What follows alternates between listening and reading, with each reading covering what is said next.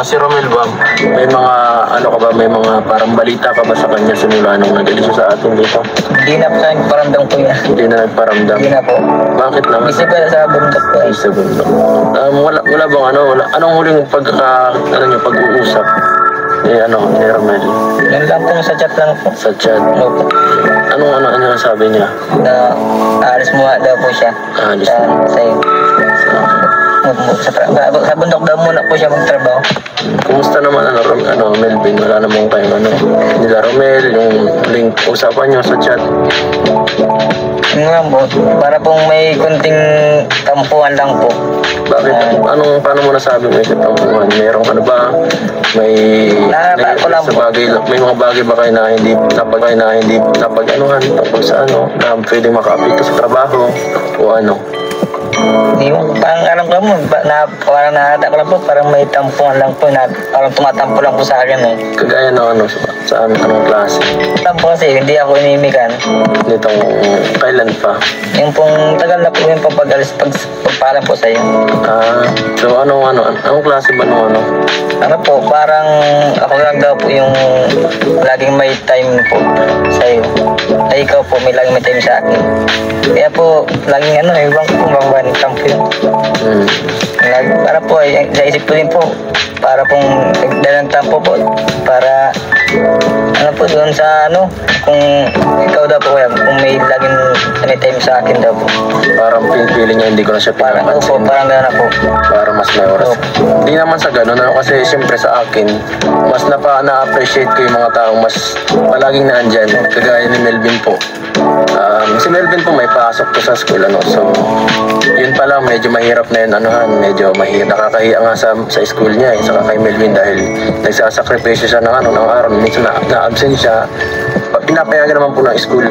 Pero siyempre, para mahihirapan si Melvin minsan humabol, yun na yung sakripisyo niya para sa pumasok lang sa akin para masuportahan niya yung pamilya niya.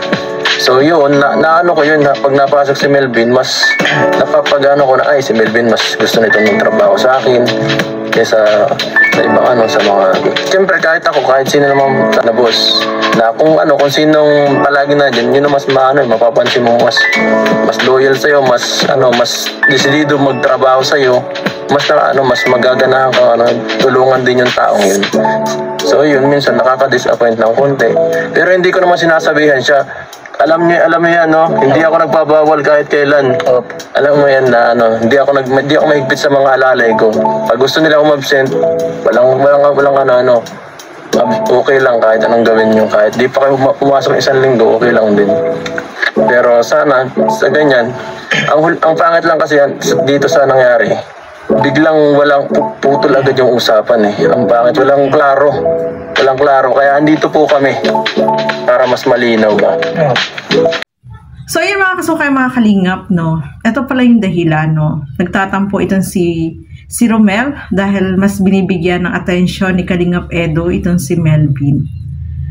So biglaan nga yung kanyang hindi pagsama, hindi nga siya nagpaalam ng formal o personal para makausap itong si Kalingap Edo. Kaya si Kalingap Edo ay gusto niya ring makausap itong si Romel, mga kalingap. So si Melvin is laging kasama kasi syempre nagdadrive din siya, pero may time din na hindi din siya nakakasama, pero pinagsisilosan siya. So ito palang si Romel ay siloso, mga kalingap, at mabilis siya magtampo. Siguro hindi natin alam bakit siya nagtatampo, o dahil mas ginusto niya pa na mag-uling na lang, ang ganda-ganda naman yung niya, trabaho niya dito kasama ni Kalingap Edo. Sumasahod naman siya ng tama. Tapos okay naman yung ginagawa nila, di ba? So sabi nga ni Kalingap Edo, kung sa isang kumpanya na basta ka na lang aalis, na hindi ka magpapaalam, hindi maganda yun. Maawol ka nun. Pero si Kalingap Edo, gusto niyang malaman ano ba yung side ni Romel, bakit ayaw na niyang pumasok, ayaw na niyang sumama, ano ba yung dahilan, bakit siya nagtatampo, mga kalingap. Kaya ayun nga, pinuntahan doon ni Kalingap Edo pero wala si Romel. At minsan nakita daw nila na nandoon nakaupo dun sa harap. Tapos kinakawayan ni Kalingap Edo, hindi naman siya pinansin at pumasok sa loob. So nagtago, mga kalingap. So siguro, may reason siya, may dahilan siya bakit ganon yung kanyang ginawa, no?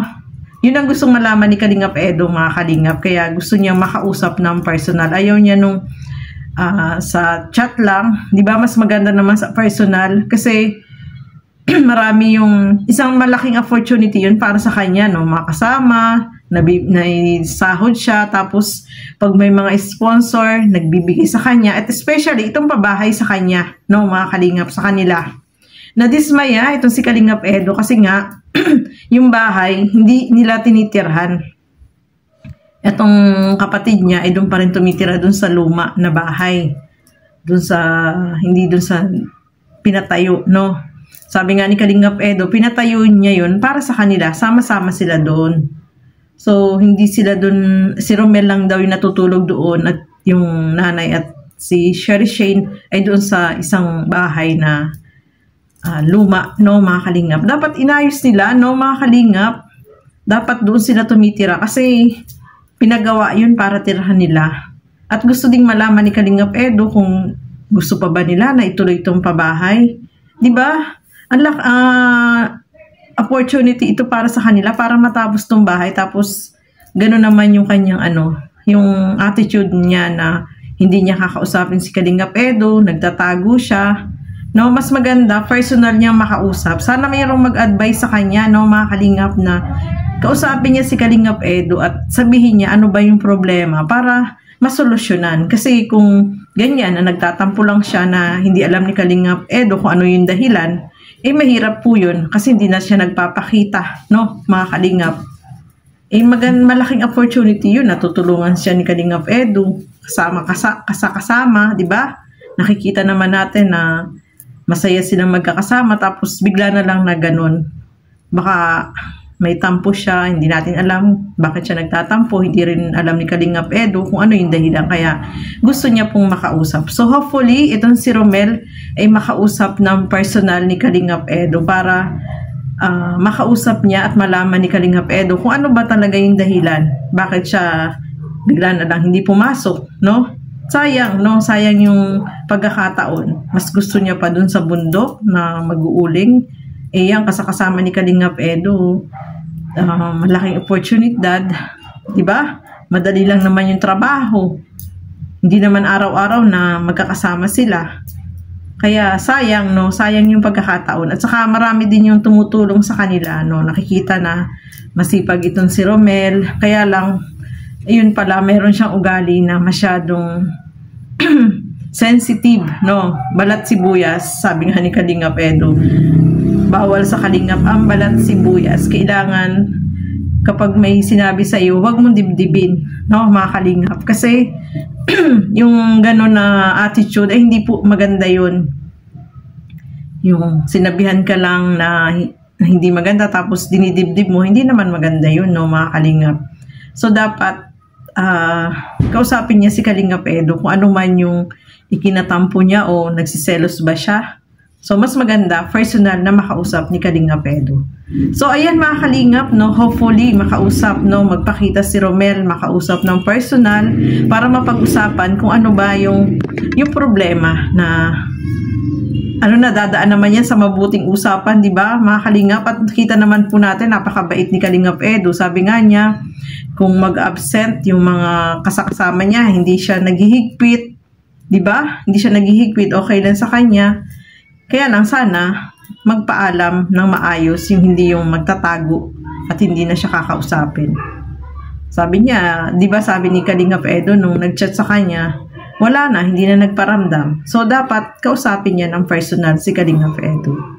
So ayan mga kalingap, maraming salamat po sa inyong walang sawang panonood at pagsuporta sa lahat ng mga ginagawa kong reaction video. So hanggang dito na lamang po muna. Keep safe everyone. Thank you for watching. Mabuhay po tayong lahat. Bye-bye!